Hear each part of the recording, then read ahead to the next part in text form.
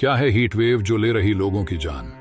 इसे घोषित कब किया जाता है? लू से प्रभावित राज्य कौन से हैं? हीट वेव अत्यधिक गर्म मौसम की अवधि है जो आमतौर पर 2 या उससे अधिक दिनों तक रहती है। जब तापमान किसी दिए गए क्षेत्र के सामान्य औसत से अधिक हो जाता है तो उसे हीट वेव कहते हैं। ये घटनाएं मौसम में दिन प्रतिदिन बदलाव का एक स्वाभाविक हिस्सा हैं। इन दिनों देश के कई हिस्से हीट वेव लू की चपेट में हैं।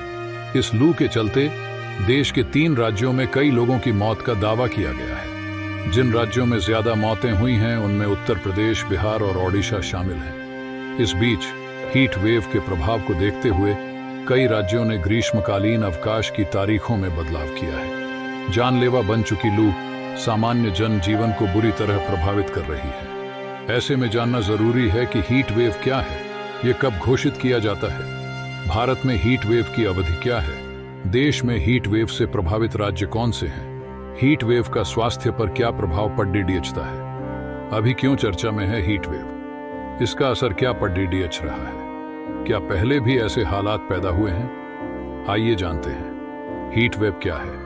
हीट वेव अत्यधिक गर्म मौसम की अवधि है जो आमतौर पर 2 या उससे अधिक दिनों तक रहती है। जब तापमान किसी दिए गए क्षेत्र के सामान्य औसत से अधिक हो जाता है तो उसे हीट वेव कहते हैं।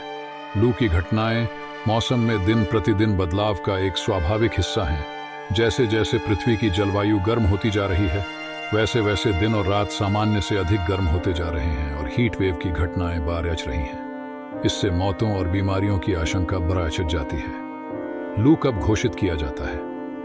भारत मौसम विज्ञान विभाग IMD की परिभाषा के अनुसार जब मैदानी इलाकों का अधिकतम तापमान 40 डिग्री सेल्सियस तक और पहाड़ी क्षेत्रों का तापमान 30 डिग्री सेल्सियस तक पहुंच जाता है तो लू चलने लगती है। यदि तापमान 47 डिग्री सेल्सियस तक पहुंच जाता है तो यह खतरनाक लू की श्रेणी में कही जाती है। तटीय क्षेत्रों में जब तापमान 33 डिग्री सेल्सियस हो जाता है तो लू चलने लगती है।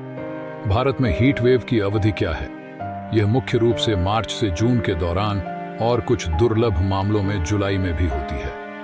भारत में इन गर्म हवाओं का चरम महीना मई है। हीट वेव का स्वास्थ्य पर क्या प्रभाव पर डीडीएचता है? भारत मौसम विज्ञान विभाग IMD के मुताबिक हीट वेव के स्वास्थ्य प्रभावों में आमतौर पर पानी की कमी, डिहाइड्रेशन, ऐंठन, ऊष्माघात आदि शामिल होते हैं। 29 डिग्री सेल्सियस से कम बुखार, सूजन और बेहोशी आमतौर पर ऐंठन के लक्षण होते हैं। थकान, कमजोरी, चक्कर आना, सिरदर्द, उल्टी, मांसपेशियां, ऐंठन और पसीना लू लगने के संकेत देते हैं।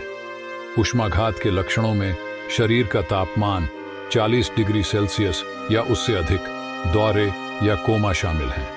ये एक घातक स्थिति मानी जाती है। अगर ये वीडियो आपको अच्छा लगा हो तो लाइक, शेयर और चैनल को सब्सक्राइब जरूर करें।